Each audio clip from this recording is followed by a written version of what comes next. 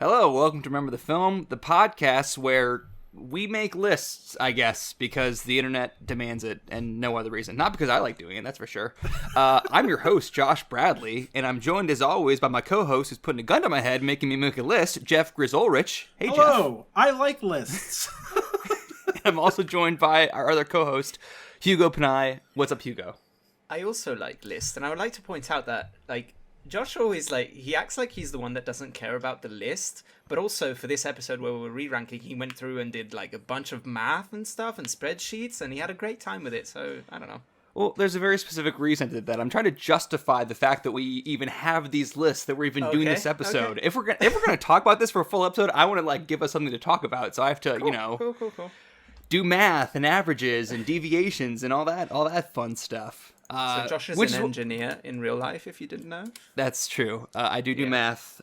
Most days of my life I'm doing math when I'm not watching movies. I also like to think but that if I'm holding a gun to your head, so is Hugo, and it's actually like the Boondock Saints, where we're both behind you about to execute you. So I'm on my knees, yelling at someone off screen for some reason, while you guys are reciting a weird creed, and then you're gonna put nickels over my eyes, or pennies. I can't remember. Pennies. That's a bad movie, by the way. Have you watched that recently? Oh, we're gonna have to argue about that then, because I love that movie. No, I loved it in college as well, as most people who see it in college love it in college. But that's a bad movie. We can talk about that another day. Yeah, it's coming up on Film to Remember. Oh man, that'll be a good episode. That and our No Country for Old Men episode that I've been teasing for probably over a year now at some point. Yeah. But that's a future episode. Today's episode, not to get ahead of ourselves, is the episode where we re-rank our 50 previous film to remembers. Every week we rank the movie that we watched that week for reasons that escape me, and now we are just... Because it's fun. We're throwing that ranking out and doing a new one, which I guess makes more sense to me. At least now we're, there's a method to our madness. But before we get to the re-rank, I want to ask you guys what you've been watching. Hugo, in the month since we recorded or whatever, what have you been watching lately? Okay, I'm not going to go through all of it because I've watched a bunch of stuff, but I have watched basically because I've been really stressed with assignments and stuff and deadlines, and I'm just not really in the mood to watch anything that engaged me too much. So basically I've been watching Kung Fu movies, and that's it. I've watched a bunch of Jackie Chan movies. I've watched movies called Dragons Forever, Jackie Chan's First Strike, Armor of God 2, Operation Condor, those types of movies. That Armor of God 2 is way better. It is. It's way better than Armor of God 1. I'm kidding. I have no idea what this is. Whatever. But I can confirm that, though. It is way better than Armor of God 1.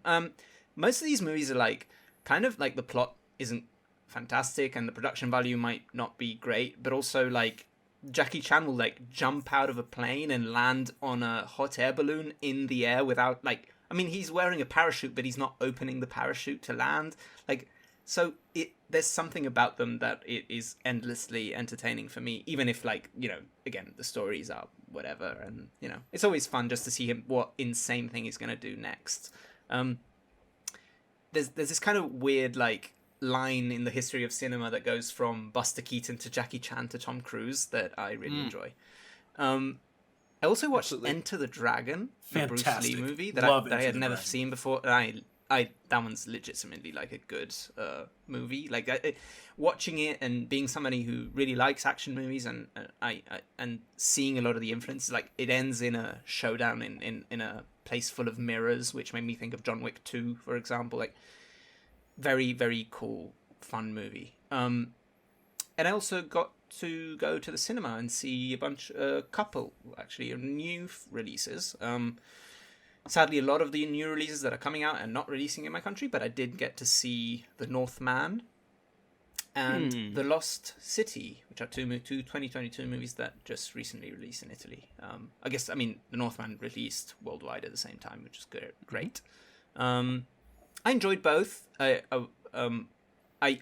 was not as much of a fan of The Northman as a lot of people seem to be, but I was still very happy to have seen it in a theater because just from a filmmaking point of view, I think it's impeccable, and seeing it on the big screen is for the 12 of us that did is a really incredible experience, at least. Even though I didn't completely love the movie, but I think it's still really worth seeing if you're into movies. Completely agree. Yeah. Yeah. Grizz? Well, since we're already talking about it, The Northman, as you may recall from one of our earlier episodes, that was my most anticipated movie of the year, and for me, it delivered.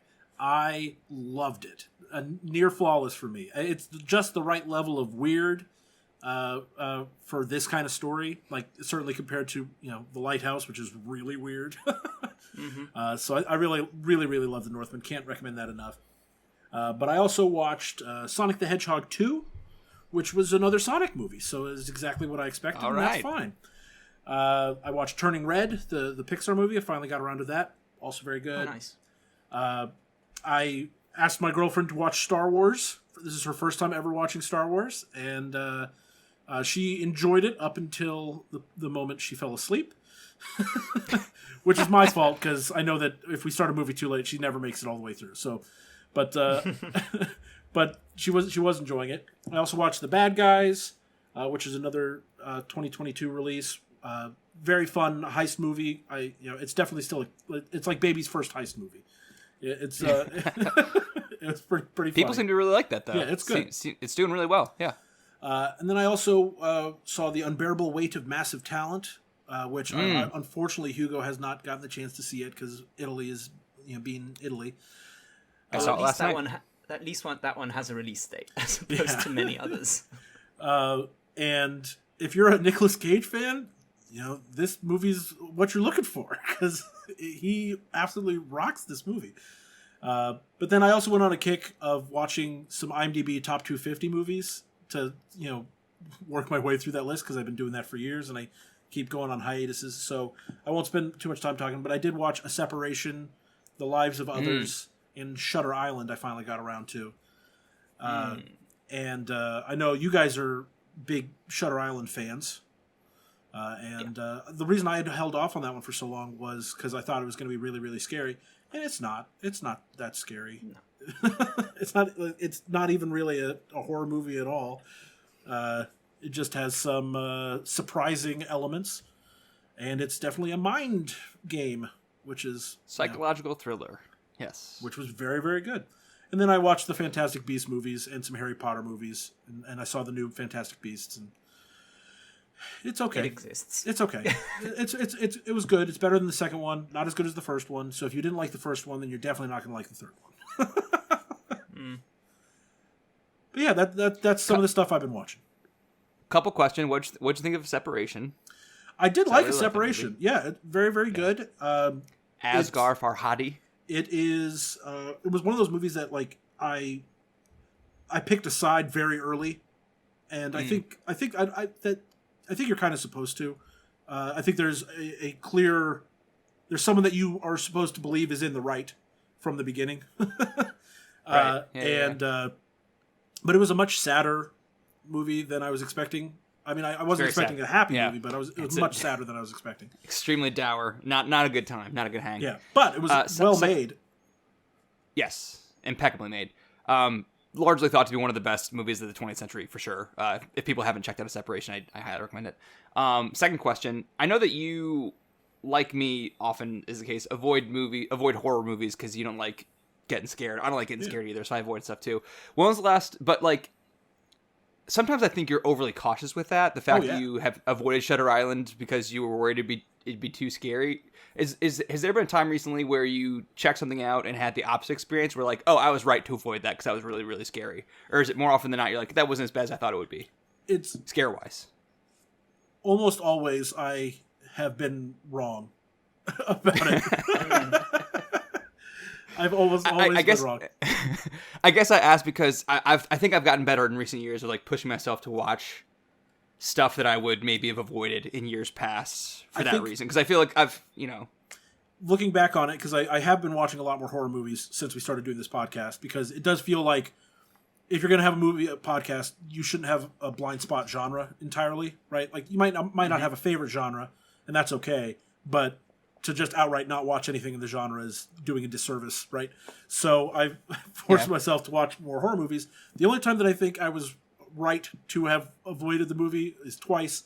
The Exorcist, I was right to avoid The Exorcist. It is very scary. And Rosemary's Baby. And so I think what I've learned is that the line for me is... demonic possession. Demonic possession is is the line for me. I don't want that.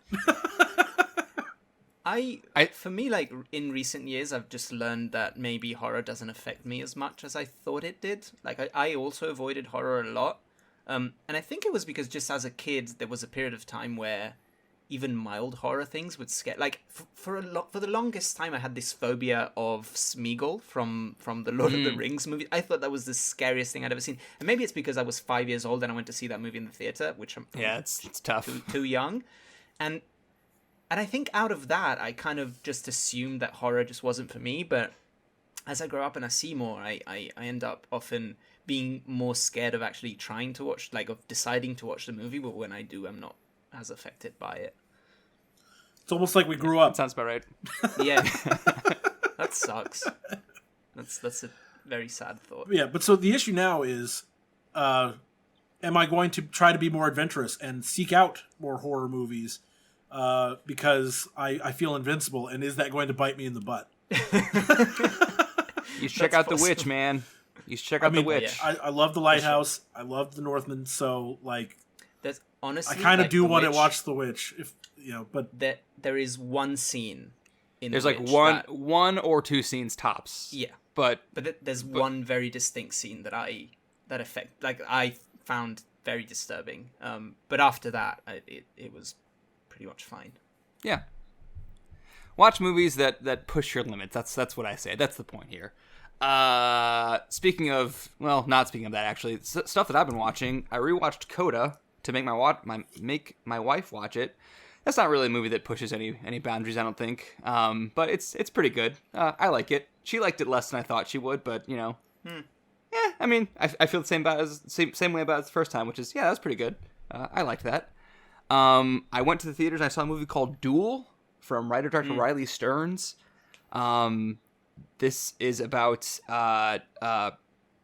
future technology where you can clone yourself if you are terminally ill to, like, let your loved ones continue knowing you after you die. But then, if for whatever reason your terminal illness does not turn out to be terminal, you must have a duel to the death with your double. That's the premise of the movie Duel, and it's pretty good. Wait, I liked it. Who I enjoyed directed this movie? Riley Stearns, starring Aaron Paul and what's her name? Karen Gillan? Karen Gillan, yeah. Oh, okay. Yeah, Karen Gillan. There's another movie named Duel, right? Yeah, Spielberg directed. No, that's Duel. It's like Ridley Scott, right? D-U-E-L is Spielberg Duel. is D-U-E-L? Okay. No, it's not Spielberg, it's Ridley Scott, by the way. Is Ridley Scott, yeah. Okay, Yeah. my bad. Yeah. And this is Duel as in two. Gotcha. Well, it's a pun, obviously. It's a duel as in two, but also the other use of the word duel with an E. I liked it. It's good. It's very offbeat and off-kilter, very kind of Yorgos Lanthimos-y, if you like his dark comedies. It's very much got a Yorgos Lanthimos vibe, and it was pretty good. I watched The Northman in theaters. I liked it. I think I'm between Grizz and Hugo in terms of how much I liked it. I thought it was very, very good. The craft is impeccable. Extremely violent, and like just the right level of weird. So violent. But I thought it was great. I watched Hard 8 the other day, which is Paul Thomas Anderson's debut movie.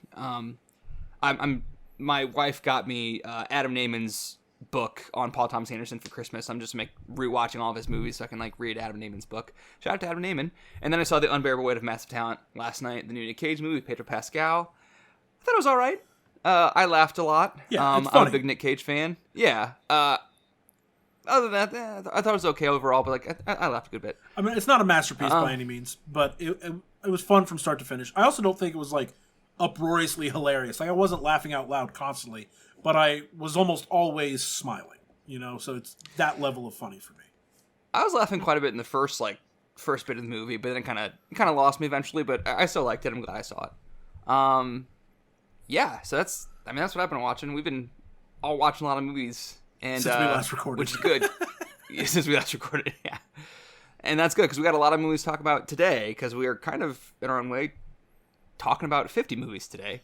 because we were talking about our film to remember ranking, capping our 50 movies.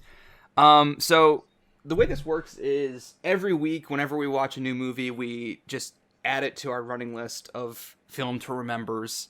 And our week-to-week ranking methodology is a little inexact, I guess. Yeah, it's all we can do. So, we have the list, and then every week we basically just, the three of us, place it in the list best we can. But because the list doesn't really reflect any of our three respective rankings, it's more of a collective amalgamation thing, and it's hard to place new items in the list when it's not really your list to begin with. So it ends up getting it gets further and further from our own respective tastes, and further from our collective tastes as we add movies to it week to week. So that's the point of the free ranking, is we can be a little bit more scientific about it and use actual numbers and get Grizz's actual opinion, Hugo's actual opinion, my actual opinion, and combine them into one instead of trying to insert square pegs into round holes and that kind of thing. So that's what we're doing today. Any questions? No. I mean, I just think, I know that it's not like the, ranking things is not one of Josh's favorite things. I think the reason Hugo and I enjoy it, even week to week doing it, is because it's an exercise in expressing your tastes, right? And I personally like to be able to say, oh, this is my favorite movie. Or when someone says, hey, I was thinking about watching this movie. What do you think about it? And then I can give them well, in comparison to some of these other movies that I know you like, here's how I, rank them. So I like the exercise of placing movies in a ranking. I know it's not fundamental to being a movie fan, but it is something I enjoy. Yeah. I think it's fun. I don't know. I mean, my thing is week to week is very hard it would be very difficult to make it more exact, but which is why I really also enjoy the re-rank. I think figuring out how different the re-ranked list from the week to week list is going to be is a fun exercise. So let's see how it goes. I mean, I agree with you guys that I like the idea of ranking stuff to again see your own tastes and how you view certain movies compared to other movies. I like that, but just the way we do it week to week, it doesn't have a lot of meaning to it, because it's you're not really showing your tastes and reflecting your tastes. You're kind of just reflecting a weird amalgamation of our tastes. But I agree with Hugo also. This re-rank episode is kind of interesting, and that's kind of why I put so much work into running different numbers and seeing how much we deviate from each other, and also how we deviate from the norm, quote unquote. And I'll explain. Grizz, what do you got? Well, I was just going to say, the other reason I like these re-ranks is because it's sort of like when any publication makes a list of the greatest movies of all time or things like that, it's not the opinion of just the one author, usually. And so, but then you do still have movie fans who seek out these lists and say oh, the IMDb top 250. Well, that it'd be cool to have watched all 250 movies that the general populace thinks are the best movies of all time. That that's why I started doing it. But it's not an exact science, obviously, because it's voted on by a bunch of people. So that's the same sort of thing with this. But it's we're creating the list of our publication is basically making this as exact of a science as I can. Let me explain the numbers that I ran and the things that I did, the calculations I did. So, Grizz, you ranked our movies 1 to 50 based on your personal opinion. Hugo, you ranked our movies 1 to 50. I also ranked our movies 1 to 50. So we have 3 respective lists from our respective hosts, 1 to 50. And what I did is, the 50 spot on your list gets 1 point. The number 1 spot gets 50 points, and vice versa. So, every movie has a point total based on its position in our respective lists. And so then I ranked the movies according to their point totals to get a new list that covers all 3 of our tastes. And then to figure out how deviant each of our respective tastes are from our collective tastes, let's see if I can explain this right. So every movie has an average ranking. So if Grizz ranks something 6th, I rank something 7th, Hugo ranks something 8th, then that's going to average to 7. And I calculated the deviation of our respective rankings versus our collective rankings. So in that example, Grizz would be, +1 from the collective ranking because he's at 6 and the collective ranking is 7. Hugo would be -1 because your ranking was 8 and the collective ranking was 7. And my deviation would be 0 because I ranked at 7 and ended up being 7 on our collective list. Does that make sense? Yes. Okay, so I can tell you... So the reason I bring that up is I want to ask you guys what you think your biggest personal deviation is from our collective list, but I'll just put a pin in that for now. Another thing I calculated was, I didn't calculate this, I just sorted it, because Grizz made a list of our films to remembers on Letterboxd, and on Letterboxd you can just sort by popularity, so I have Letterboxd's ranking of our 50 movies. So the 50 movies ranked according to their Letterboxd ranking. Did you do it by average rating, you mean?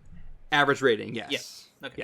Yes. Not by popularity. Not most seen, but highest rated. And why Letterboxd as opposed to IMDb or any other movie site? Mostly just because Grizz already had the list on Letterboxd and it's very easy to sort. And it would have taken a lot more work to figure out like the IMDb rating. That also, I just think in general, Letterboxd currently is more popular among avid movie watchers than IMDb, which is used a lot more by, casuals. I agree with that. Yeah, I mean, you kind of got to know your audience a bit with any list. Like, the IMDb list tells you the ranking according to a certain stripe of audience, and Letterboxd is a different stripe of audience, but I think for our purposes, Letterboxd is probably a bit more useful for ranking. I think it's a better fit for what we're going for. Yeah. So, all to say, we have, Grizz's list, Hugo's list, my list. That combines into the collective podcast list.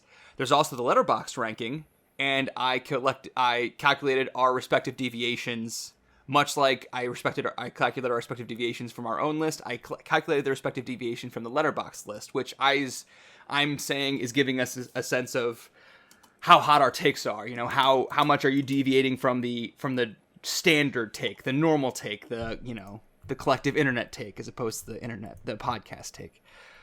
So. Okay. What I want to ask you guys now are some predictions from the lists we're about to reveal. So first I want to ask you, so we have an existing film to remember list of 50 movies that we re-ranked them at 30 and then have added 22 since then, and using our weird week-to-week methodology. So from our previous ranking of 50 to our new ranking of 50 using a more exact methodology, the rankings are going to change. So what movie do you think is going to have the biggest climb from the previous list with the inexact week-to-week methodology to the new list with the more exact methodology? Grizz, what do you think the movie with the biggest climb is going to be? I'm going to say The Sound of Metal. Okay, The Sound of Metal. Should I explain my reasoning on that? Sure, yeah. Well, so what I'm thinking is we've added 20 more movies, right? And I think that most of those movies, I think that most of them are going to end up behind where I think all of us would have had Sound of Metal.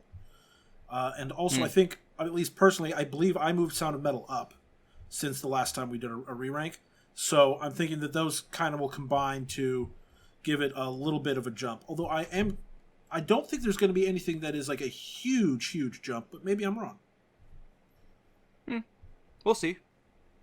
Hugo? What do you think is going to be the biggest jump from the previous list? My guess as far as a jump up, I guessed the movie Adaptation. Adaptation is number 19 on our current I should say week-to-week list. Sound of Metal was 25 in the previous list. Adaptation was 19 in the previous list. Adaptation was 20. Sorry. 20. 20. And sorry, I think I misunderstood. I was doing the biggest jump from the previous re-rank list, not the list as it was. No. The week-to-week list from the week-to-week 50. Okay. Yeah. Last week, or not last week, but when we ranked My Cousin Vinny, we now had a list of 50 movies. Right. Yeah. And, ranked using some inexact methodology. Now that we're, taking on an actual methodology, what's going to change the most? What's going to jump up the most? Okay. So, Sound of Metal's still a fair guess. Sound of Metal's still, yeah, I'll stick with it. I picked Adaptation because, I think, based on our list, for example, I would have ranked it lower on the list because there's some movies that don't correspond to where I would put it, but on my personal list I have it quite high. I have it at 12, full disclosure, and I'm expecting Josh to also have it quite high. so I'm expecting it to jump up from 20. And I also remember Grizz quite liking adaptation as well, so I think it might be higher than it is in all three of our lists than the week-to-week list, and I think that could create a big jump. I don't know. Adaptation sounded like a good guess. While I have you, Hugo, what do you think the biggest drop from the old list to the new list? The biggest drop. This one was the hardest for me to predict because I just have a hard time figuring out exactly where it would land, but for some reason I felt that maybe The Departed could be a big drop. Just because on my personal list it's not that high, and maybe I would be bringing it down despite you guys having it quite high. I feel like having it, I think number 7 is very high for it based on like the movies that we added since re-ranking. So I think maybe that could be a big drop. But again, I'm not entirely sure because like it could be that a movie that drops like 4 spots is the biggest drop, but it could also be that a movie drops 10 spots. I'm not entirely sure on that. So I picked The Departed based on my re-ranking more than a clear idea, I guess. Grizz? So biggest slow drop. So what I originally was going to say was Trial of Chicago 7, but now thinking about it compared to where our rankings were as of our last list, I'm going to change my answer to Citizen Kane for the biggest drop. And my thought on that is that while we all respect Citizen Kane, none of us are like constantly talking about it. None of us are like, this is the be all end all movie for us. So I think, and we've added a lot more of our personal favorites since the last time we did this as well. So that's why I'm thinking that Citizen Kane, while still going to be, pretty high up on our list because, like I said, how much we respect it, I think it's going to actually have dropped a bit. I think that's a solid guess. So that segues nicely into my next question, which is, Citizen Kane, widely understood to be maybe the best movie ever made, among the best movies ever made, but you think it won't be that high on our list, relatively speaking. So let's compare our list to the accepted normal take, which is, we're calling the letterboxd list in this case. So, Grizz, what do you think will be our biggest deviation from the letterboxd list? So, like, where is our respective lists most different from the letterboxd list? Like, which movie will we rank way higher than letterboxd, and which movie will letterboxd rank way higher than us? Okay, I think this is a safe guess. The one that we are going to have ranked way higher than letterboxd is going to be Rudy. And okay, I think that because Josh and I love Rudy so much, being Notre Dame grads, that we are definitely weighing it certainly higher than Hugo, but I think we are going to outweigh Hugo by enough that we outpace letterboxd's opinion of Rudy as well. I think it's a very safe bet that the collective opinion of this podcast is much higher on Rudy than the general populace. I think it's a very safe bet. What about low? What do you think we have a lot lower than letterboxd? I'm going to say Mulholland Drive. I think that's also a very good bet. I'm going to go with Mulholland Drive. Because lower than Letterboxd, you said. Yeah, lower than Letterboxd. That's tough because I think that Hugo and I are pretty in line with Letterboxd on Mulholland Drive, yeah, but the third host of this podcast is not in line with Letterboxd or the other two hosts. So I have it way down on my list, so that's why I'm thinking that it's going to be pretty far off from the Letterboxd. I did have one other pick that I was thinking about going with, and that was The Network. It's just Network. Drop the yeah, it's cleaner. It's cleaner. Network, and for the same reason that I have it much lower, I think, than, and I don't remember how Hugo felt about it. I think he liked it, but I don't think he was head over heels. I liked it. Yeah, but we'll see. But yeah. Well, Hugo, what do you think we will be? Let's start with low. Like, what do you think Letterboxd has way higher than us? What are we softer on than normal people? This is the one that I'm most confident in. Okay. On our group deviation from Letterboxd, the one that we would rank very low compared to Letterboxd, because the reason I picked this movie originally is a movie that I had not seen when I picked it, and the reason why I did was because I saw the Letterboxd rating, so I remember the Letterboxd rating for this, and it is the movie Perfect Blue. That is a very, very good answer. That's a very good answer. Yeah, that's good. is going to be extremely low on our list and extremely high on the letterboxd list. As far as that's a good one. I kind of think Hugo's right. just because you said it, I'm just going to reveal right now. That is number 50 on our list. It is in dead last, and on the letterboxd list, it is number 1.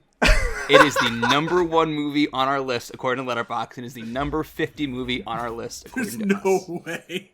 That's amazing. Is that crazy? Is that crazy? That's beautiful. So Hugo, I feel very great job. Yes, great job. You could not have been more right.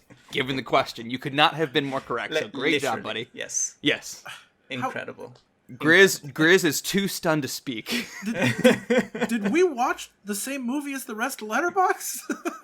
Dude, I kind of want to revisit it, but I also kind of don't. Like, we can talk about it in more detail when we reveal the list. But Hugo, real quick, what do you think the opposite, the converse of the question? So what movie do we have way higher than the opposite? Letterboxd? I am going to say Steven Spielberg's Munich.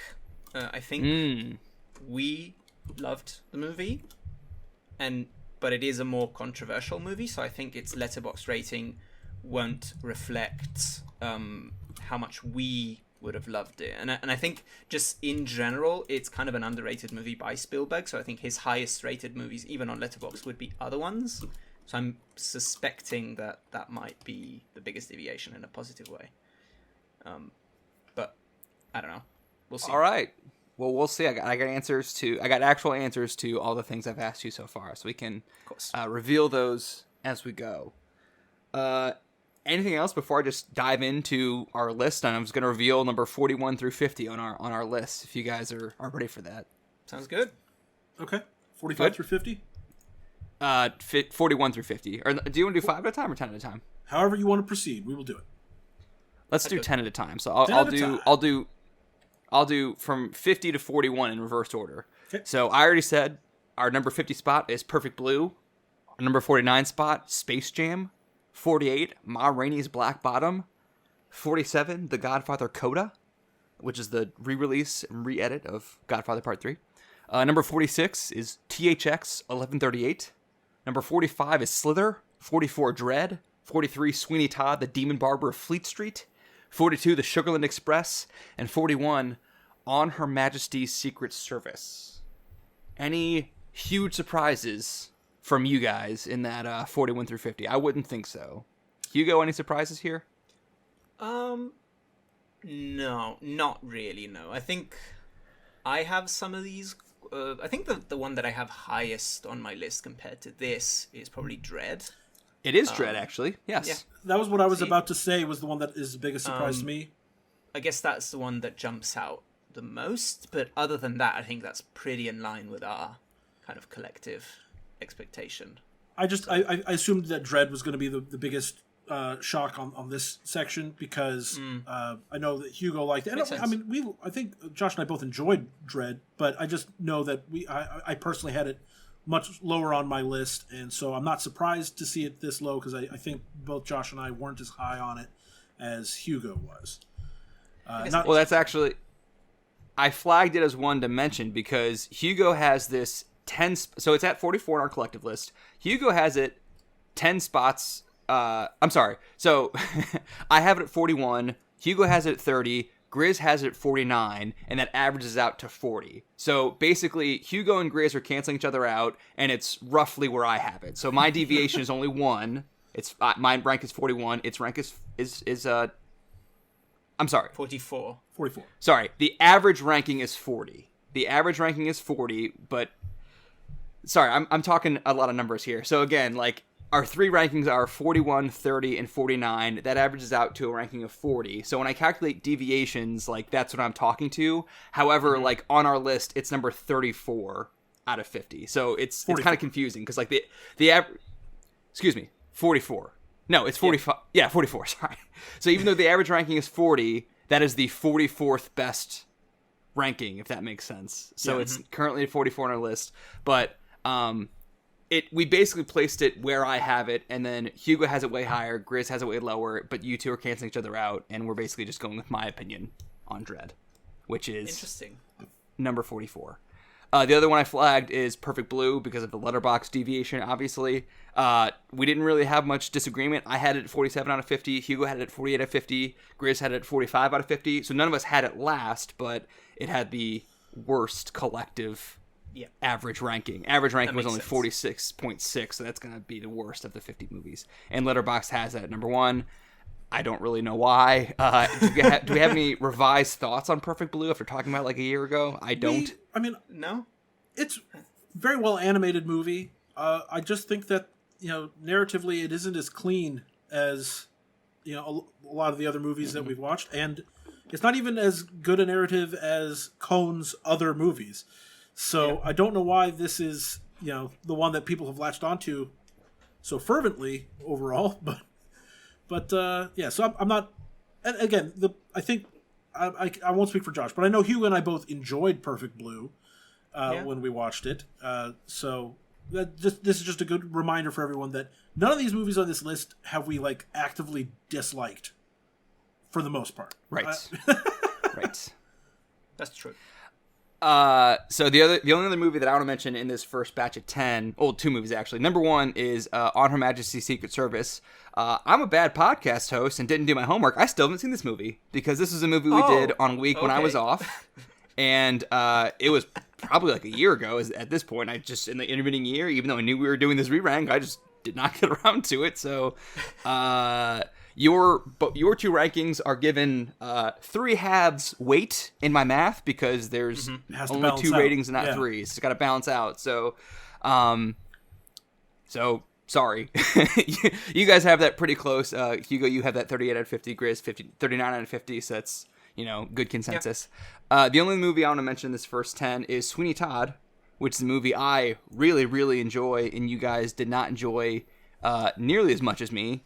That is, so I have that, in terms of deviation from the average ranking, I have that nearly 13 spots higher than our average ranking. And you guys have it quite a bit lower than that. So, whatever. I like the movie. I've explained that there's, personal reasons why I like it, so that's why it's, that's nice to do this, I guess. I'm also way ahead of letterboxd as well, in case that matters to you guys in that one. Anything else on these first 10? Should we move on to numbers 31 through 40? Let's move on. I think we're going to start getting into more surprises as we go up this list. I agree. Yeah, I think we have good consensus in the bottom, but we have less good consensus in this second round here. Speaking of second rounds, okay, so number 40. At number 40, we have Iron Man 3. At 39, we have Anadune. At 38, we have The Trial of Chicago 7. At 37, we have Brick. At 36, we have Mank. At 35, we have The Matrix Reloaded. 34, Chef. 33, Batman Mask of the Phantasm. 32, The Secret Life of Walter Mitty. And 31, Another Round. Grizz, any big surprises from these guys? Another Round, Secret Life of Walter Mitty. So Batman. There's some pretty big jumps from my list to this. As for instance, I have Anadune at 11 on my list, so this is a pretty significant drop off. And I had the other one that stood out to me pretty significantly is Secret Life of Walter Mitty, which I have at number 6 on my list. And so obviously we are very different in our opinions on those two movies. So it's good you called those two out because those are actually tied for the highest deviation for your list compared to the collective list. So these two movies are tying in terms of where you have them deviated from where we put them in the aggregate. So these are the two movies that you are much, much, much, much higher than the collective opinion of the podcast on. Secret Life of Walter Mitty and Anadune. Yeah, and for me, I'm going to guess that The Matrix Reloaded is the one that I have the highest deviation compared to you guys. Correct. Yeah, 100%. That is very much correct. But, and this is a big win for The Matrix, it jumped up 6 spots on our list. It used to be 41. It did now jump it's up 35, 6 spots. So I'm happy with that. Yes. It's still Yes, below yes, yes. Rudy, but I'll have to live with that, sadly. So let's talk about some deviation. So, Grizz, Secret Life of Walter Mitty, and Anadune, your ranking is 23.3 points higher than the collective ranking. 23.3. Hugo, Matrix Reloaded, your ranking is 23 points higher. So you deviates just barely less than Grizz deviates, but barely. 23 versus 23 and a third. And then in terms of letterbox deviations, my highest letterbox deviation is among these movies, and that is Mank. I have Mank at 19 out of 50. Letterboxd has it at 46 out of 50. Letterboxd does not like Mank. Damn. So I am 27 spots higher than Letterboxd vis-a-vis Mank. Hugo, Matrix Reloaded. Obviously, it's your highest deviation from our collective list. It's also the highest deviation from Letterboxd because Makes sense. On Letterboxd, it's 47 out of 50. So not a lot of reloaded heads on Letterboxd, and it is it's your number 8. So you are 39 spots higher. Again, for reference, my biggest deviation from Letterboxd was 27 spots. Your biggest deviation is 39 spots. Is that the biggest one from anyone from Letterboxd? Like, no, it's not actually. Not. No, it's not. It must be one of mine then. Grizz's deviation from Letterboxd is higher. No. I'm talking about positive deviation. Positive. Our negative deviations, perfect blue across the board. Mine's 46, yours is 47, Grizz's is 44. So, like, in terms of negative deviations, perfect blue is higher. But for me, it's Mank, 27 points. Yours is Matrix Reloaded, 39 points. Grizz's biggest deviation is 41 points for a movie to be named later. He has a movie 41 points higher than Letterboxd has it on their ranking. So let's see what else in this 10. Okay, so we mentioned The Matrix Reloaded, we mentioned Anna Dune, we mentioned Walter Mitty. Trial of the Chicago 7. Why did I flag that? Because that was my favorite movie of 2020, and it's really low on our list. Well, I flagged it because much like Dread, it's one where Grizz is much, much higher than our collective ranking, and Hugo is much, much lower than our collective ranking, such that you guys are basically just canceling each other out, and we're going with more or less my opinion, pretty much. Grizz, you have this 16 points higher than our collective average. Hugo, you have it 16 points lower than our collective average, so it's effectively just going to where wipe each other out. My opinion. Yeah, you guys just wiping each other out, and we're putting it where I like it, which is apparently 38 out of 50. What is interesting I had it higher. I had it 33 out of 50, but that's matter. Hugo had this last. Hugo had it 50 out of 50. Yeah. So, this is interesting. I think Hugo's opinion on this movie continues to get lower. It really does. Like, mine does too, honestly. Every time I think about the movie, I'm like, I'm not. And I have gotten lower on it since I first watched it as well. And I blame Hugo for that. Sorry. Because, like, the thing that I love so much about the movie is its optimism for, what people can do. And I guess Hugo's just making me more pessimistic about the world. But, so I'm a little surprised by that. But one thing I'll say I'm not surprised about is that my ranking is I'm going to say right now, I think my ranking is going to be the most deviated from the general populace overall, and I'm going to say that with significant confidence. No, just in general. Like, I think I'm the most different across the board. That's my prediction. From Letterboxd, you mean? Yeah, from Letterboxd. You're higher. It's funny. My Letterboxd. I'm exactly right in terms of Letterboxd. I have it at 33. Letterboxd also has it at 33. Hugo, you have it at 50, so you're 17 below Letterboxd. And Grizz, you have it at 18, so you are 15 above Letterboxd. Yeah. Real quick, I want to mention a couple things. I'm sorry, I forgot to mention Dread in our previous section. Dread, we have it at 44. That's the biggest drop, or tied for the biggest drop from the previous list to the current list. On the previous list, Dread was 34. It's now 44. And that is tied with a yet-to-be-named movie for a 10-point drop, which is the biggest drop. So neither of us guessed right on that one. No, neither of you guessed right. Well, maybe one of you guessed right. We'll see, because there's another movie to be named later. We'll see. I won't say which it.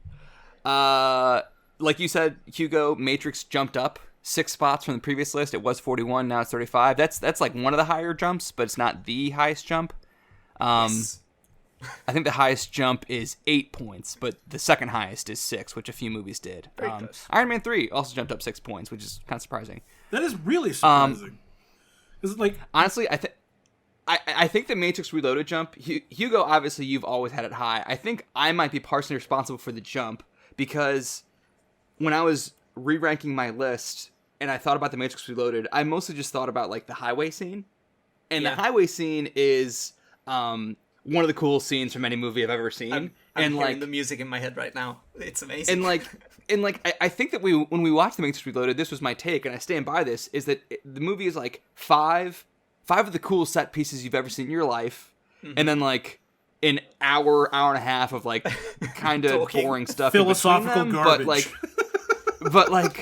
But those 5 set pieces, you know, depending on my mood for the day, I might say Matrix Reloaded is an absolute stone cold masterpiece just based on the strength of those 5 set pieces. But you know, some days I'm focusing more on the rest of the movie and liking it a lot less. But in terms of this ranking, I was thinking a lot about the highway scene, so I think I ranked it a lot higher than I might otherwise have had I, like, you know, just recently watched the movie, for example. Good. You know, it's a movie that's much better when you're only thinking about it and not actively watching it.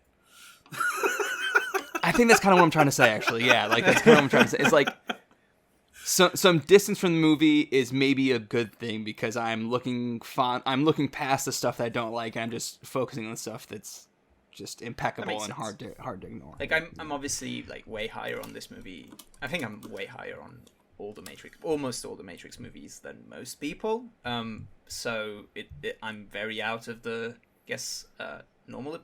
common opinion on this, but I think it makes sense. The first Matrix is incredible. It's a masterpiece. Yeah. And so I don't think you're that far off from other people's opinion of the first Matrix. I'm off on the Matrix overall as a franchise because I pretty much love 3 of them, which is way more than most people can say, I think. Indeed. So, are we ready to anything else on these on numbers 31 through 40? Should we move on to 21 through 30? Anything? I think we can go on. Yeah, we can All move right, on. let's go on. So, from in reverse order, from 30 to 21. At 30, we have Ensemble. At 29, we have 127 Hours. At 28, we have My Cousin Vinny. At 27, we have Rudy. 26, Jackie Brown. 25, Network. 24, Juan Wick. 23, The Lighthouse. 22, Citizen Kane. And 21, Italian neo-realism masterpiece, Bicycle Thieves. So, Ensemble, 127 Hours, My Cousin Vinny, Rudy, Jackie Brown, Network, John Wick, Lighthouse, Citizen Kane, Bicycle Thieves.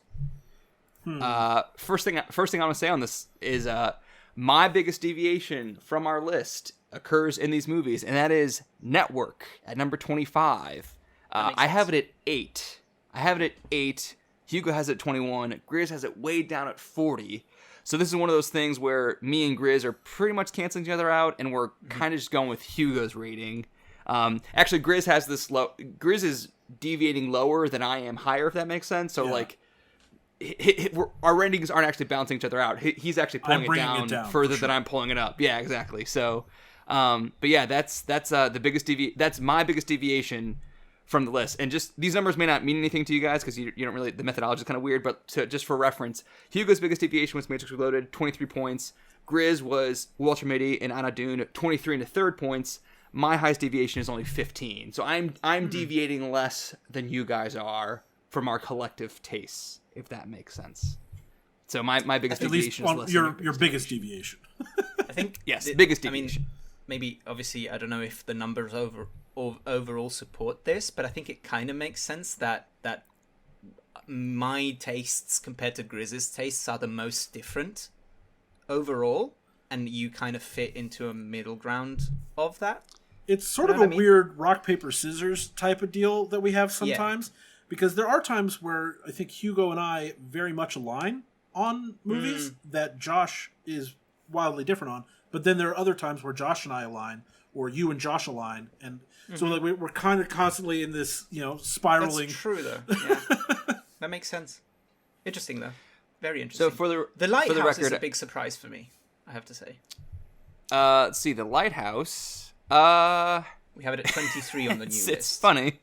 In terms of deviations, Hugo and I are both just canceling each other out entirely. I have it at 31. Hugo has it at 11. Grizz has it at 21 for an average ranking of 21. So I'm 10 points below, which is balanced out by Hugo's 10 points above. So we have our collective ranking is exactly where Grizz puts it. So it ends up being number 23 on our list with an average rating of 21, which again doesn't really make sense, but just work with me. So it's basically just reflecting Grizz's opinion and mean I'm a lot lower on it. Hugo's a lot higher on it. Yeah. I have it borderline top 10 because I have it at 11, I think. So very, very high on mine. I guess I kind of assumed that it would be higher than it actually ended up being. I'm a little surprised by that as well. I'm actually most surprised by where Josh has it on his list. That seems low based on our conversation about The Lighthouse, but that's interesting. I certainly I like it a lot. I don't know. I don't know what to tell you. Just, I mean, just how it happens, yeah. Yeah, just But I just want to touch on Rudy real quick here because I don't know where Josh had it, but I had it as my third favorite of the movies we've watched because of my personal biases. So the fact that it's all the way down here at 27 is a little heartbreaking. So let's talk about Rudy real quick. I have it. So it's number 27 on our list. Mm-hmm. I have it at 26. Hugo has it 41. Grizz has it 3. Average ranking of 23 and a third, which puts it at number 27 on the list. So it's one of those where Grizz's deviation is way high, Hugo's deviation is way low. You're not quite canceling each other out because Grizz is pulling up more than Hugo's pulling it down. Yeah. But yeah, that is also Grizz's. It's Grizz's highest deviation from letterboxd. So Grizz has this 41 points higher than letterboxd has it on their list. And again, for reference, my highest deviation from letterboxd was 27. Hugo's highest deviation was 39, and Grizz's highest deviation is 41. You cannot tell me that there's anything wrong with this movie. I don't know how anybody. There's nothing wrong with this movie. There is nothing wrong with it. I completely agree. But there's also not a lot wrong with other movies on our list. It's still climbed up 2 spots from our previous list. That's true. So it did climb badly, 2 spots. Yes. Yeah. I just want to shout out this real quick. So I have in the raw data, I have a column of my deviations, Grizz's deviations, Hugo's deviations, and anything that's deviated plus 10 or minus 10 or more gets flagged red or green, respectively. And just 3 movies in a row: 127 Hours, My Cousin Vinny, and Rudy. Grizz is way, way higher on all 3 of those, and Hugo's way, way lower on all 3 of those. So basically, all 3 of those movies, you guys are kind of just canceling each other out, and we're going more with my opinion. Not quite, because you're not canceling each other out, entirely equally, but it's funny to me that Grizz is way, way high and Hugo's way, way low on all 3 of those. And what's funny is when you were saying that we had yet to get to the one that I had deviated the most from, I started to think that was going to be My Cousin Vinny. Because I knew that I have My Cousin Vinny very high at number 8, because that last third of the movie is just some of the best movie ever, in my opinion. So, so I was like, I got it really, really high. No surprise there. I think letterboxd is definitely lower on Rudy than they should be. Again, they have it at 44 out of 50. They have My Cousin Vinny 29 out of 50, which I think is good, reasonable. But that's why your deviation is as high, is because the letterboxd is higher on Vinny than they are on Rudy. Which maybe letterboxd. I have Rudy higher than letterboxd. So maybe I'm not that mean. You do? Well, I didn't say you were. I don't say you're mean. You're just wrong, and so is the rest of the world apparently. So I'm going to generalize for a second. I think letterboxd might be a bunch of nerds who don't leave the house and don't like sports. That's why the sports movie is not high on the letterboxd list, because they're a bunch of dorks. A bunch of dorks over there. Watch football. Maybe. Other notable things in this group of 10. Citizen Kane is the movie that fell the most, tied with Dredd, which was Grizz's right. prediction. So Grizz was correct. Damn. Citizen Kane dropped 10 spots along with Dredd from the previous list to the current list. So I guess in our reassessment, we liked Citizen Kane a little bit less. And like I said, I don't necessarily think it's that we liked it less. I just think that we've been taking turns, suggesting our movies, and they've all been like our favorites, like personal favorites. So, I get that, but this is compared to our list a week ago. So we were adding My Cousin Vinny to a list that already included Citizen Kane on it. That's true. You know? Good point. So I guess just us reassessing how we feel about stuff. For the record, I have Citizen Kane quite a bit higher than our collective list, and you guys both have it not a ton lower, but Citizen Kane is nearly my highest deviation. Right now, Network is at 15 points, but Citizen Kane's 13 and a third. So, like, I have Citizen Kane almost as high, deviates higher almost as much as Network does compared to our collective taste. So what is Citizen Kane on the letterboxd? On Letterboxd, it's 14 out of 50. And I have it at 7. Hugo has it at 25. Grizz has it at 29. So you guys both deviate quite a bit from Letterboxd.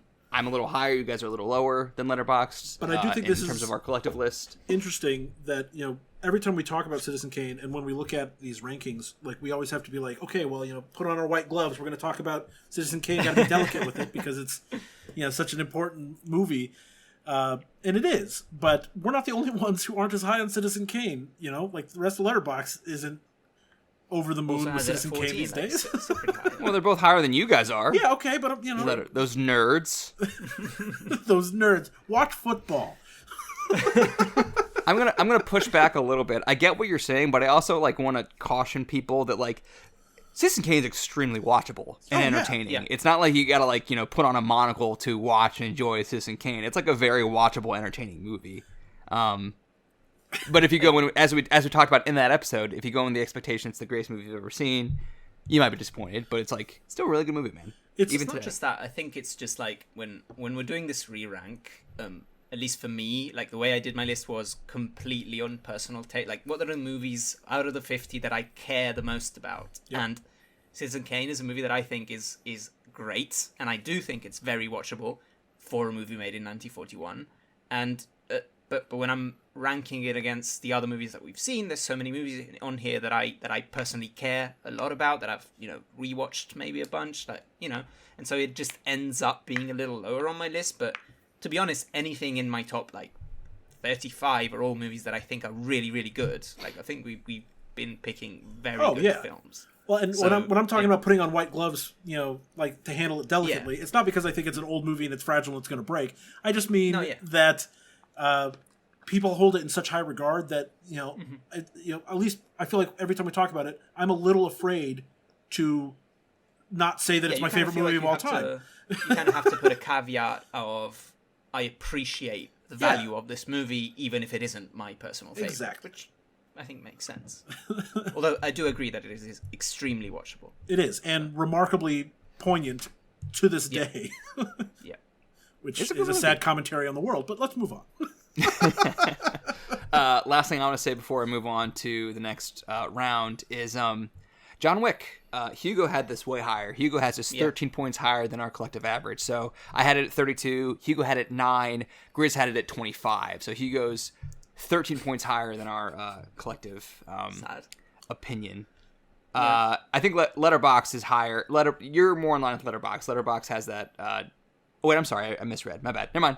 Forget what I said. You have a lot higher than Letterboxd does. So John Wick came in almost exactly where I had it. Yes, it did. Much. Close. I brought that down. Hugo brought it way up, and we're kind of just going with Grizz. Granted, Hugo pulled it up more than I pulled it down. Did the same thing happen with Jackie Brown? Because Jackie Brown is exactly where I had it. Actually, you had it. Again, I apologize. This is confusing. So it's number 26 on our ranked list, but the average rating is 23. I had it at 23. Hugo had it at 20. You had it at 26. That averages out to 23. So in terms of average ranking, I deviate 0 because we collectively put it at 23. I have it at 23. Hugo's 3 points higher, 20 versus 23. Gotcha. Grizz, you're 3 points lower, 26 versus 23. But it did end up 26 on our list, which again, kind of very interesting. I apologize. I love it. Yes. So, shall we go to numbers 11 through 20? Let's do it. Yes. Okay. In reverse order, so from 20 to 11, we have Scream, Sound of Metal, Munich, Chinatown, Your Name, Adaptation, It's a Wonderful Life, Boogie Nights, In Bruges, and The Thing. So our 3 movies with locations in the title got into this 10. Again, from 20 to 11, Scream, Sound of Metal, Munich, Chinatown, Your Name, Adaptation, It's a Wonderful Life, Boogie Nights, In Bruges, and The Thing. Hugo, anything jumping out at you from this section of movies? Well, adaptation didn't jump up as much as I thought it might. It jumped up 5 spots. 5 spots is pretty which good. is a fair amount. Yeah. Jumped up less than The Matrix Reloaded, for example. It did. Scream is very high, but I'm happy to see it very high. It's very close to where I put it on my list, so I'm happy with that. Munich didn't go, I guess, as high as I thought it might as well, so I guess I was wrong on that one too. So let me say this, Hugo, your biggest negative deviation, so like the movie that you have way, way lower than our collective taste, is in this 10. What do you think it is?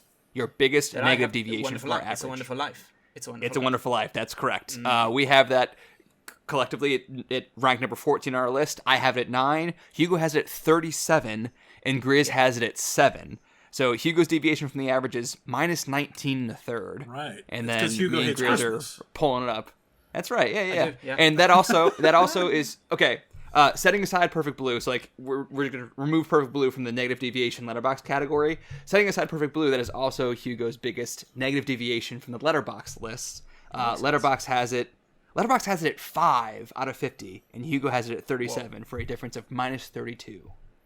So Hugo, just a big fan of Mr. Potter, a huge fan of Mr. Potter. Yep. Hugo Call me is. the Grinch, I guess. I don't know. Yes.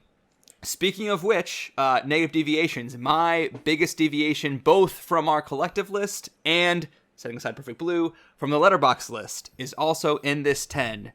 Grizz, do you want to guess what my biggest negative deviation, both from our collective list and from letterboxd, is from this 10? So the one that you thought was the worst? The one that I'm way lower on than both you guys and letterboxd. Your Name. I know it. It is. It is Your Name, indeed, which I believe is your favorite movie of all time. My favorite movie of the movies we've watched so far. Not my favorite movie of all Grizz's, time. It's okay. Well, it's Grizz's number 1 on the list. I have it at 43, and Hugo has it at 10. Letterboxd has it at 13. So again, me 43, Hugo 10, Grizz 1, Letterboxd 13. Clearly, I'm the odd man out here, both among the hosts of the show and on Letterboxd. I'll revisit, that movie. I wonder if it's at some point. Did you? I mean, we don't have we don't have too many animes on here. In fact, like we probably we have 2. We have 2. We have 3. No, 3. We have 3. We have 3 on our list. The Wind Rises being the other one that we watched. Yet to be named. Yet to Wind be named. Rises. So maybe we should work in some more animes. Maybe we can just determine whether or not it's just that Josh does not appreciate that particular art style in movies, and that's what brings it down. Because I mean, I guess we haven't watched a ton of other animated movies either. I'm going to start working in some more animated movies so we can get to the crux of this. Does Josh just hate animation? Is that what it is? Well, I mean, obviously it's for children and something adults have to tolerate because it entertains their kids. So Josh agrees with the Oscars. That's what the Oscars told us. Yes. For the record, that's a joke. I was disgusted when the Oscars did that. Yeah, that was terrible. Let's see some other stuff. So again, Your Name, I have it way lower than you guys. It's a Wonderful Life. Hugo has it way lower than everybody basically. Grizz, obviously you have Your Name way higher because it's your number 1 and it's our collective number 16. I have Chinatown way higher than you guys. That's nearly my highest deviation. Again, my highest deviation is Network. Second highest deviation is actually my second highest deviation is Boogie Nights, also in this group of 10. So my highest deviations are Network, Boogie Nights, Chinatown, and Citizen Kane. And then Grizz, you are really balancing me out with Boogie Nights. I have it way, way higher than the collective. You have it way, way lower than the collective. So we're basically just going with Hugo's rating for Boogie Nights. So you're really bringing me down, bro. Sorry, It's a Wonderful Life, kind of the same thing. Again, that's Hugo's biggest negative deviation. Grizz has a very positive deviation here. So, you are balancing each other out because Hugo's way, way down on it, but that's a very high positive deviation for Grizz. Another negative deviation for Grizz is adaptation. So that's probably why, Hugo, it didn't jump as much as you were expecting it to, because Grizz has that quite a bit lower. I have it at 10. Hugo has it at 12. Grizz has it at 32. So quite a bit lower than the rest of us. Well, that's quite a bit lower than you guys have. But I'm honestly a little surprised. I was expecting it to be very high on your list, Josh. I was not expecting it to be that high on Hugo's list. So that is very interesting. I knew Hugo enjoyed it, but 12 out of 50, that's really high. Yeah, I love that adaptation. For the record, Letterboxd has it at 20. So kind of splitting Hugo and myself and Grizz. Yeah. Very interesting. It's a movie that the more I think about it, the more I love it. So I thought about adaptation. I'm obsessed with adaptation. Yeah. I thought about adaptation a lot while watching The Unbearable Weight of Massive Talent. Honestly, like, I thought Unbearable Weight was kind of adaptation light. You know, like adaptation gave me everything I was hoping for from Massive Talent and then some. So, great movie, man. Adaptation, great movie. Adaptation, very. Let's see. What are some other The Thing letterboxd hanging deviations? in strong. The Thing hanging in strong. The Thing hanging in at number 11. Was that the second movie we watched? First movie we I watched? think so. Yeah, it might be the first Might one. have been the first. I think it's the first one we watched. Yeah, or something. You know what? I haven't been reporting on this data metric, but I'll start reporting on it now. Our collective rank versus the letterboxd ranked. So let's see. For example, in this section we have Munich, which we have collectively at 18. Letterboxd has it at 34, so we have it 16 points higher than Letterboxd. That's a pretty big deviation. Deviation, positive deviation. It was not. No, it is not. That's a question I asked in the prediction section. That's a question I asked in the prediction section. What do you think our biggest deviation from Letterboxd was? It is not our highest positive deviation, but 16's pretty sizable. Pretty big. Obviously, our biggest negative deviation was Perfect Blue, which was 49 points below the below the Letterboxd ranking. But our second biggest negative deviation, we already passed it. It was unremarked upon, but Incendie, the Denis Villeneuve movie, we had it at 30. Letterboxd has it at 6, so a minus 24. The Denis gang is strong on Letterboxd. The Denis gang, sure. Yes. The internet loves Denis Villeneuve movies for sure. Another one that we had a lot higher, obviously, is Rudy. Rudy, we put it at 27. Letterboxd 44, so that's a 17-point differential. That's a big one. So it's safe to say my prediction of Sound of Metal being one of the highest increases was incorrect. Yeah. What'd you pick that for? The biggest climb from the previous list? Yeah. It jumped one spot from 21 to 20. I'm sorry. Yeah. It jumped 6 spots. No, yeah. It's actually a really good climb. That's the second highest climb. Yeah. Okay. So, I mean, that was great, guys. Okay. Yeah, it jumped from 25 to 19. Yeah. My bad. Yeah. Nice. Good guess there. So I think that's all I want to cover statistics-wise. Before I reveal the top 10, I want to go through 11 through 50 real quick. Is that cool? Just recap our current list, 11 through 50. Okay, 11 through 50, run down the list. 11, The Thing. 12, In Bruges. 13, Boogie Nights. 14, It's a Wonderful Life. 15, Adaptation. 16, Your Name. 17, Chinatown. 18, Munich. 19, Sound of Metal. 20, Scream. 21, Bicycle Thieves. 22, Citizen Kane. 23, The Lighthouse. 24, John Wick. 25, Network. 26, Jackie Brown. 27, Rudy. 28, My Cousin Vinny. 29, 127 Hours. 30, Incendie. 31, Another Round. 32, Secret Life of Walter Mitty. 33, Batman Mask of the Phantasm. 34, Chef. 35, Matrix Reloaded. 36, Mank. 37, Brick. 38, Charlie Chicago 7. 39, Anna Dune. 40, Iron Man 3. 41, On Her Majesty's Secret Service. 42, Sugarland Express. 43, Sweeney Todd. 44, Dread. 45, Slither. 46, THX 1138. 47, Godfather Coda. 48, Ma Rainey's Black Bottom. 49, Space Jam. 50, Perfect Bleu. All right. Yeah. That's our 11 through 50. Solid. Yeah. Perfect Blue. More like Imperfect Blue. Am I right? Hey, he's got jokes. So are we ready to reveal our 10 through 1? And then talk about it? Do you want to do 5 through 10 first, or just want to do the whole thing, whole shebang? Well, let's do 5 through 10. We'll do 5 through 10. Or let's do 6 through 10, rather. 6 through 10, just to do 5 and 5. Okay, so 10 through 6, I guess, in reverse order. Number 10, The Wind Rises. Number 9, Larry of Arabia. Number 8, The Departed. Number 7, Mulholland Drive. And number 6, Memories of Murder. The Bong Joon-ho film, Memories of Murder. So, right off the bat, let's talk about Mulholland Drive real quick and our respective ratings on Mulholland Drive. So, Josh, I have Mulholland Drive at number 1. Mm-hmm. Hugo Panay has Mulholland Drive at number 1. Jeff Grizz Ulrich has Mulholland Drive at number 46. Yeah. Damn. 6. Oh, God. So, that ties network for me as my highest positive deviation. Because again, I have it at 1. Our average rating is, if you average out 1, 1, and 46, that comes out to 16 average. I have it at 1, so that means my deviation is plus 15. Hugo has his 1, his deviation is plus 15. Grizz has his 46, that's a deviation of minus 30, which is obviously Grizz's That's my biggest negative deviation. Yeah, biggest negative deviation from our list. And for the record, Letterboxd has it at 11 out of 50, which means Grizz has a negative 35 deviation, which is also your biggest deviation if you don't count Perfect Blue. So you are from our collect. So much like I am with what was it? Your Name, I think. Yeah.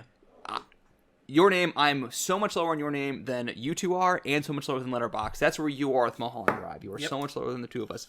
Remarkably lower than the two of us. 1, 1, and 46, and then you're also way below Letterboxd. So, Grizz, defend yourself. Defend your position on Mulholland Drive. So my defense is that it's still a good movie.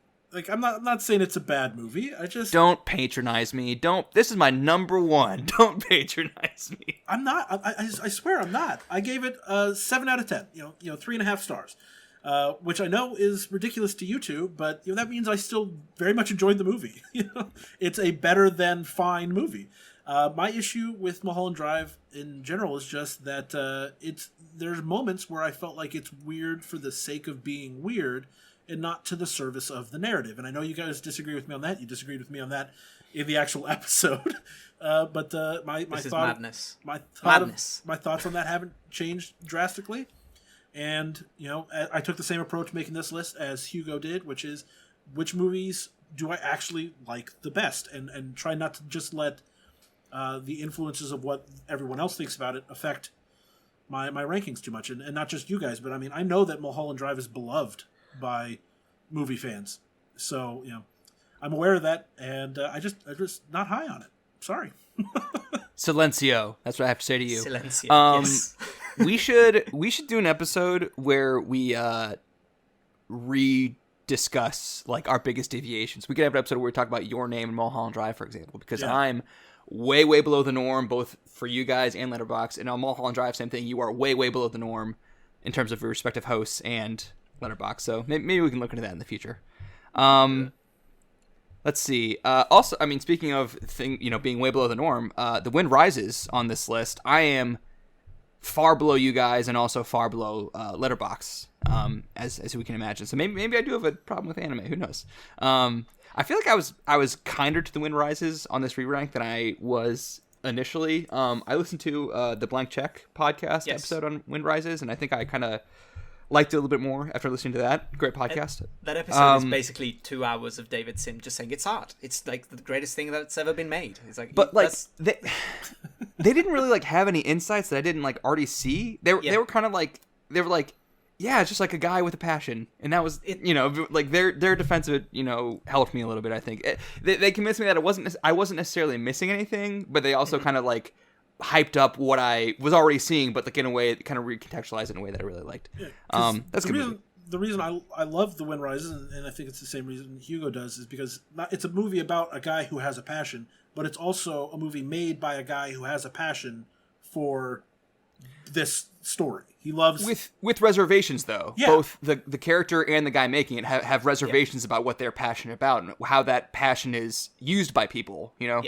And it's beautiful both in the movie itself. You can appreciate the beauty just from watching the movie, but then when you get that extra added context, which it sounds like you got from listening to that other podcast talk about it, it does give you a little more clarity about what makes this movie in particular so special, certainly in the pantheon of Hayao Miyazaki's films.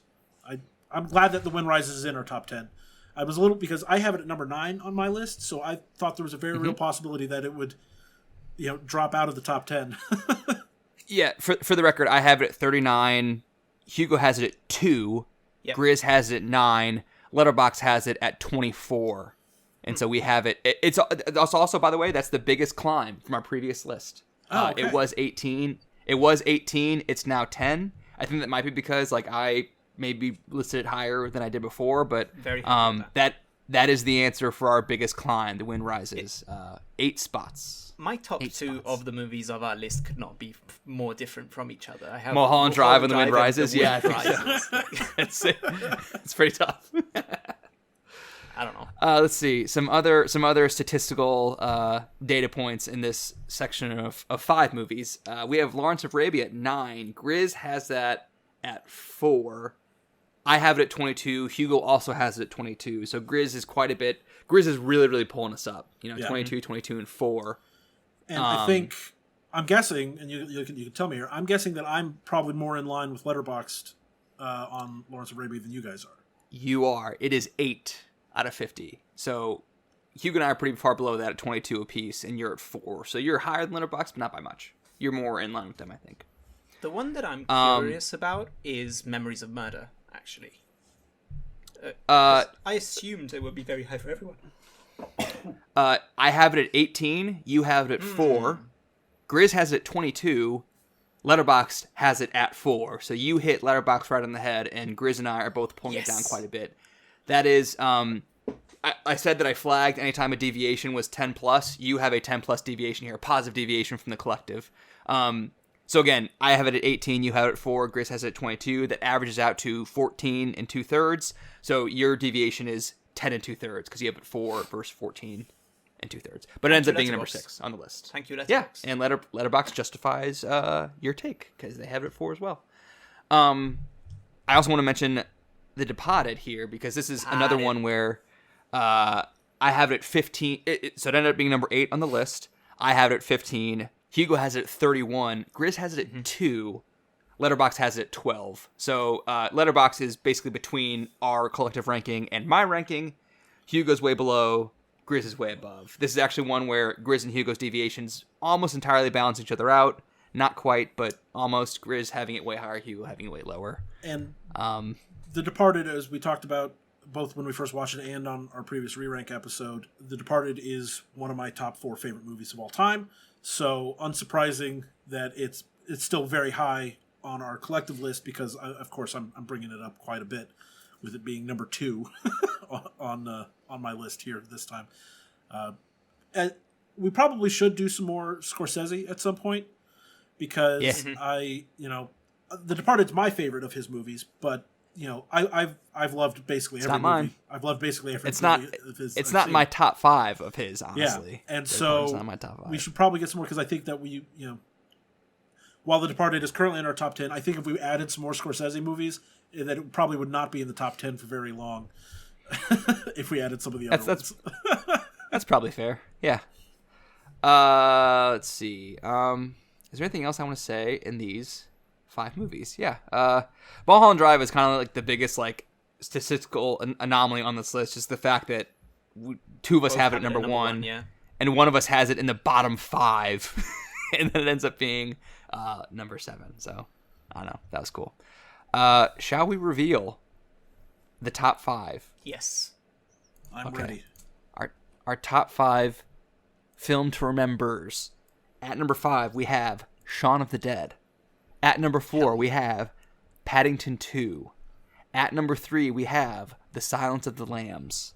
At number 2, we have Ferris Bueller's Day Off. And our new number 1 film to remember movie, the new king, is Dr. Strangelove, or How I Learned to Stop Worrying and Love the Bomb. Fantastic. All right. I'm not unhappy with that top 5. I'm not unhappy. That's it's an eclectic top 5 again from top to bottom. Number 1, Strangelove. Number 2, Ferris Bueller. Number 3, Silence of the Lambs. Those are 3 really different movies. Very different. Number 4, Paddington 2, which is a 4th very, very different movie. Number 5, Shaun of the Dead. More comedy heavy than I would have expected. I don't know. At the top 5. I think that you and I, in particular, Josh, have an affinity for that kind of comedy, and so then when you add in so that's why Ferris Bueller's is so high, because of how much we love that movie. And then Hugo, he loves Shaun of the Dead. It's one of his favorite movies, and I think because we all generally like comedy, it makes sense to me that we would have that a little higher.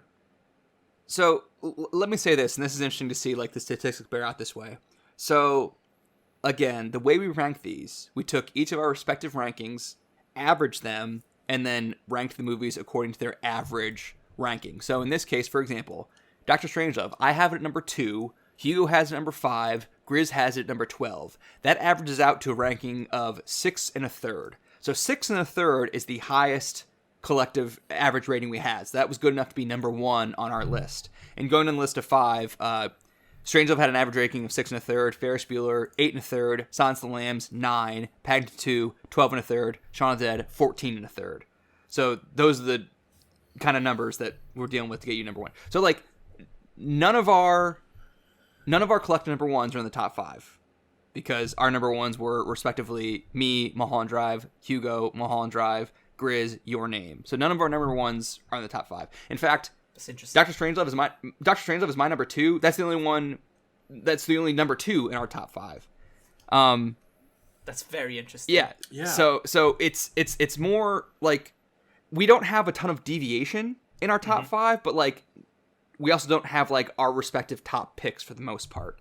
Like looking at this, my number 2 is represented here. My number 4 is represented here. Hugo's number 3 is represented here in Shaun of the Dead. Hugo's number 5 is represented here in Strangelove, and Grizz's number 5 is represented here in Ferris Bueller. But those are the only movies. Those are the only movies in our respective top 5s that actually made the top 5.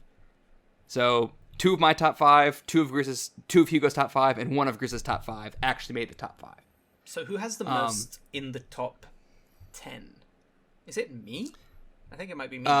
Sorry, what are you asking? Who has the most movies in the top of their 10 own top in 10? Their own top 10.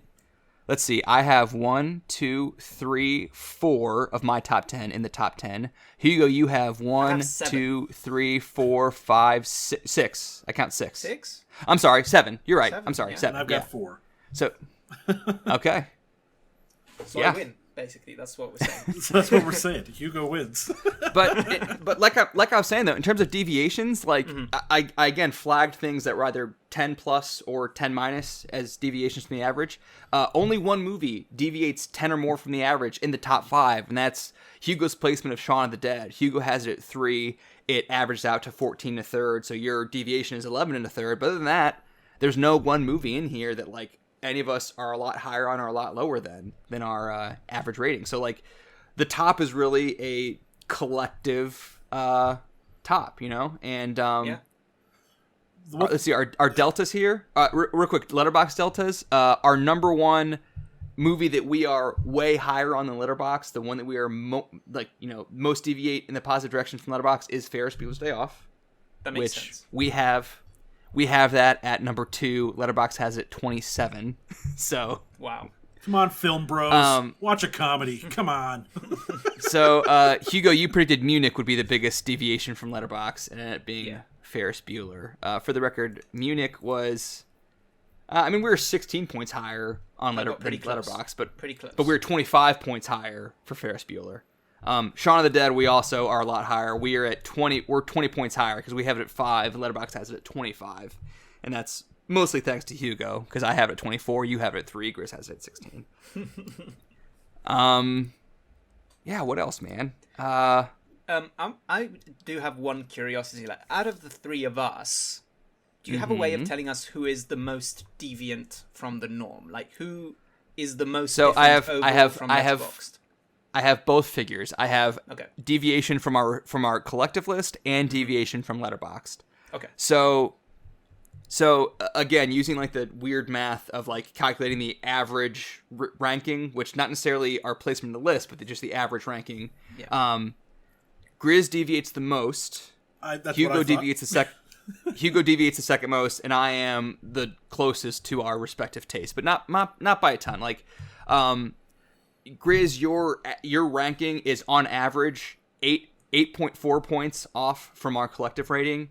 Hugo, you are 7.5 points collectively off, and I am 6.9 points collectively off. So pretty close. So 8.4, 7.5, 6.9. Those are the Grizz, Hugo, and me. So as disappointing as it is for me to have so many of my favorite movies not be in the top 10, I'm not too broken up about it because one of the things I like about the way we do this show and the way we talk about movies is that we don't agree on everything, but we're also always very respectful of each other's opinions, and I really appreciate that about you guys, because obviously we don't have the same taste. It's really not even that close most of the time. But go ahead.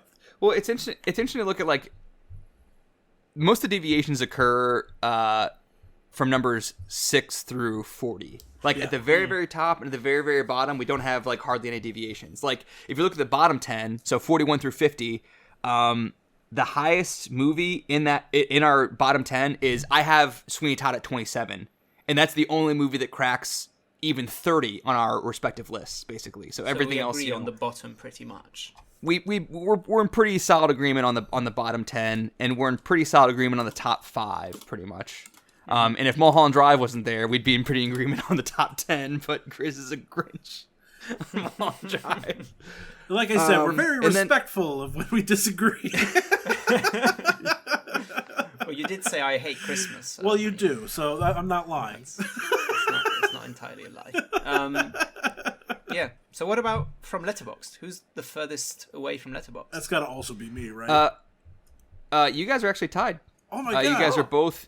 So what I did is, to people who remember algebra in high school, I took the absolute value of the deviation. So, like, if Grizz is 10 points higher than letterboxd or 10 points lower than letterboxd, it doesn't matter. I'm just calculating the deviation, the absolute value sense, and then tallying up your respective list compared to letterboxd. And Grizz and Hugo, you guys are actually exactly even.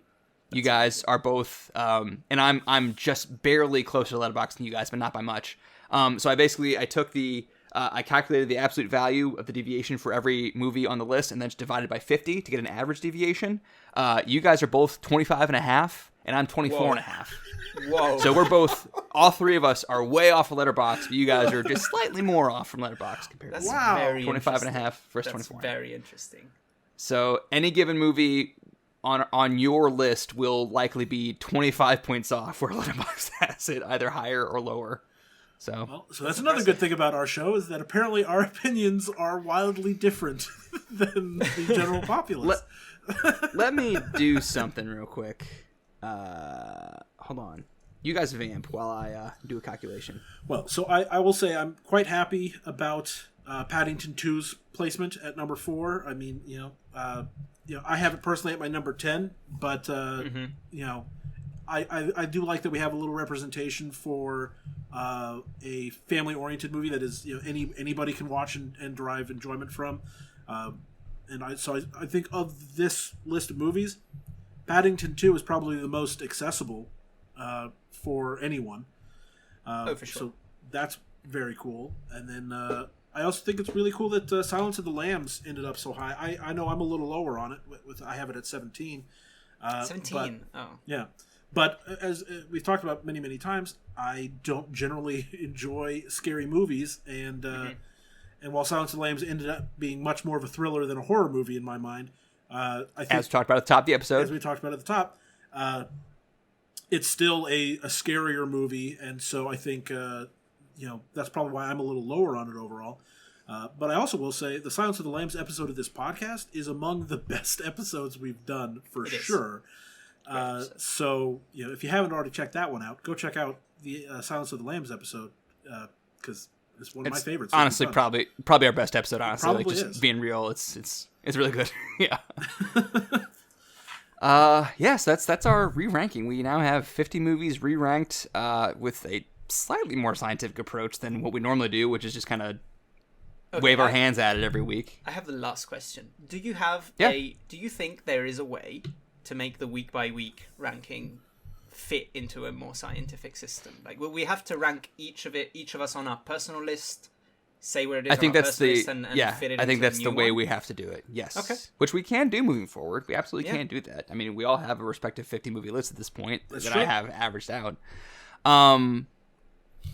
Real quick, though, I guess I want to go through the answers to stuff. I asked you predictions. What was our biggest climb from the previous list? I said it. The Wind Rises climbed the most from the previous list. Dread and Citizen Kane had the biggest drops in the previous list. And then our hottest takes in terms of letterboxd, our biggest positive deviation from letterboxd is Ferris Bueller. Our biggest negative deviation from letterboxd is Perfect Blue. And then I, went through the respective deviations. So in terms of, like, deviations from our collective list, I'm higher on Network and Mulholland Drive than our collective lists. I'm lower on Your Name than our collective lists. Hugo, you are higher on Matrix Reloaded for both letterboxd and our collective lists, and you are lower on It's a Wonderful Life on both our collective lists and the letterboxd list. Grizz, you are way higher on Anna Dune and Secret Life of Walter Mitty compared to our collective list, but you are higher on Rudy compared to the letterboxd list. And then you are lowest on Mulholland Drive compared to both Hugo and I and compared to letterboxd. So that's where we deviate. Which, again, I think it'd be interesting to do a episode where we talk about all those movies again, just to see if, like, we can... Perfect Blue. Like, what... The Perfect Blue is the most baffling to me. Like, the fact that our lowest is the first on Letterboxd, I think, is crazy. It's pretty wild. Which, I honestly don't know what to make of that. I really do not know what to make of it. And, like, it's a good movie. My assumption when you said that was like, oh, maybe, not a lot of people have seen it. Maybe the few people that have seen it bring the average on Letterboxd way high. But apparently it has 200,000 ratings on Letterboxd, which is quite a lot. So 200,000 people average it out at 4.4. So we're definitely not seeing something that these 200,000 people are seeing. I guess. That has to be the case. I'm still baffled. I can't even find the words to describe how baffled I am, because I'm pretty high on animated movies in general and anime in general, and so the fact that we're that far off from the general consensus is very strange. Is so strange, because I need to watch it again, I guess, and see Maybe. What's going on there, because you got to be missing something. I'm not sure I really want to watch That's the thing is, I don't know that I want to that much, but I don't think I missed anything. I feel like I have a cultural responsibility to understand why people like this so much more than I do. And again, I like it. It's a good movie, but it's like, the best of 50 movies. I think you have more of a cultural responsibility to rewatch Mulholland Drive and get your heart right in terms of Mulholland Drive, because your heart is black. Yeah, fix your heart. You need some soul searching. Yes, is what David Lynch would say. I do need to watch I need to watch several other David Lynch movies, and maybe that'll get me in the mindset to fully appreciate Mulholland Drive, because I have to watch Elephant Man anyways for the top 250 of IMDb's list. I think Inland Empire is currently in theaters right now, a re-release in 4K. I have not seen Inland Empire. Yes. If you want to really feel like you're just losing your mind. If you don't like Mulholland Drive, do not go. Like, you're going to hate Inland Empire. Like, you're genuinely going to hate it. We talked about this when we first talked about David Lynch's filmography and everything. This was, I watched Twin Peaks, the original series. And I told Hugo that it fell apart for me. It got too weird. And then Hugo pointed out, well, David Lynch had left the show. And so when it started getting weird for weirdness' sake, that was no longer David Lynch's involvement. So it is possible for me to really enjoy David Lynch's work, because I did love the first season in particular of Twin Peaks. So I don't know. Maybe you would really like Blue Velvet, Wild at Heart, like Mulholland Drive. Lost Highway, Mulholland Drive, and Inland Empire is where he really went for the weird, which I really enjoy, but is not for everyone. But anyway, we can discuss that further when we redo Mulholland Drive and bully Grizz into liking it more. Yes. Any other final thoughts on our films to remember re-ranking before I move on to next week? Just that I love watching movies with you guys and talking about them, and so really looking forward to the next 50 movies. It's pretty awesome that we're at 50, I think. Yeah. It is cool. It's absolutely cool. Yeah. So let's talk about what our 51st movie is going to be. I believe it's my turn to pick, and we did not discuss this beforehand. Mm-hmm. So we're going off the top of the dome here. Well, we can also cut this out if I deem it worth cutting out. But otherwise, let's just play jazz here. So I have a list. I have a list of films to remember. First of all, do we have a guest coming up? I know that we talked about having someone on to discuss. It's not going to be our next episode. Okay, we did tease The Killing of a Sacred Deer like a month or two ago. That is going to be happening. It's not going to be our next episode. I know that frequent listener, past and future guest TJ Keeley has rewatched Sacred Deer and is anxiously awaiting our discussion of Killing of a Sacred Deer. So shout out to TJ. Be a little bit more patient. We'll get to it eventually. So that means I have free reign to pick anything then. Yep, I guess. pick what you want. Yes. Let's see. So I have a couple on my list that like I could pick for selfish reasons. Like The Birdcage is on my list of potential films to remember, but I just did a very long YouTube video on The Birdcage a few months ago, so I would be coming in hot with a lot of like information because I spent months like researching that movie and thinking about it. So it would be like me talking at you guys a lot, which I think could be good, but also could be bad. So maybe should we go a different direction? Do that later.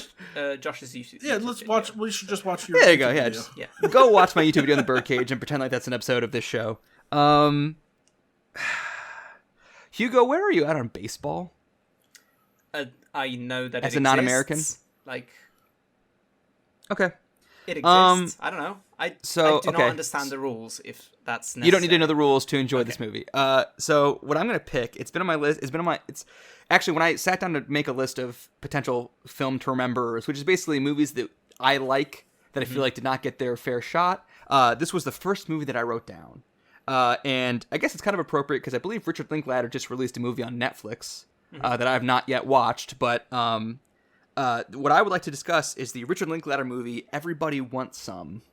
Everybody Wants Some, which has two exclamation points at the end, which is about a college baseball team in I believe 1980 or like late 70s. Incredible hangout movie. It's really a movie about dudes being bros and bros being dudes than it is about baseball, but just wildly fun movie, and just I really enjoy hanging out with it. So let's hang next week, and let's talk about Everybody Wants Some. All right, this was on my watch list because I have all of the Linklater movies that I haven't seen on my watch list, and I didn't know it was a baseball movie, so that's interesting. But it's about a base. It takes place over the first weekend of college, where a college freshman who is on the baseball team like meets all of his teammates and like is initiated into the life of college and baseball, and like so and I played baseball in the 70s or something. It's in the 70s, or I think it's 1980 or late 70s. But like I played baseball in high school. I didn't play in college, but there's a certain I think Richard Linklater actually did play in college. He played baseball like late in his life at a high competitive level, so that's like informed this movie. I don't want to talk too much about it now, but like it's really, really great. And I think I like it probably more than the average person because I was on a competitive baseball team for a lot of my life. But like, even so, even if you weren't, I think that's kind of it goes beyond that kind of stuff. So very curious to see what you guys think of Everybody Wants Some, which I'm really excited about. Sounds good to me. Talk about next week. Yeah, Sounds yeah. great. Grizz, where can we find you on the internet, bro? Look me up on that Twitter at Good Game Grizz. And on Twitch at Good Game Grizz. And honestly, I'm making a push. I would like more interaction on my letterboxd stuff. I like talking about movies. So you could go read my reviews on stuff and then share your thoughts on my reviews and what you thought of the movie. I just like to talk more on Letterboxd. So also Good Game Grizz on Letterboxd. Everybody go to Good Game Grizz on Letterboxd and tell him how wrong he is about Mulholland Drive. And yes, then please. Yes, do that. Great. Hugo, don't actually do that. You can ask Grizz. Hugo, please, I implore you, if you can, come to my letterbox and tell me how wrong I am about The Manchester Reloaded, because I love it. I just want to hear it. Highway Scene's great. Yep, that seems like a great idea. Hugo Pinay on Letterboxd, Hugo _ on Twitter. You can listen to Large Pop on Movie Club, which the last episode was on Little Miss Sunshine, a movie that we enjoyed greatly. And so what's the next episode on, Hugo? Yeah, what's the next one, Hugo?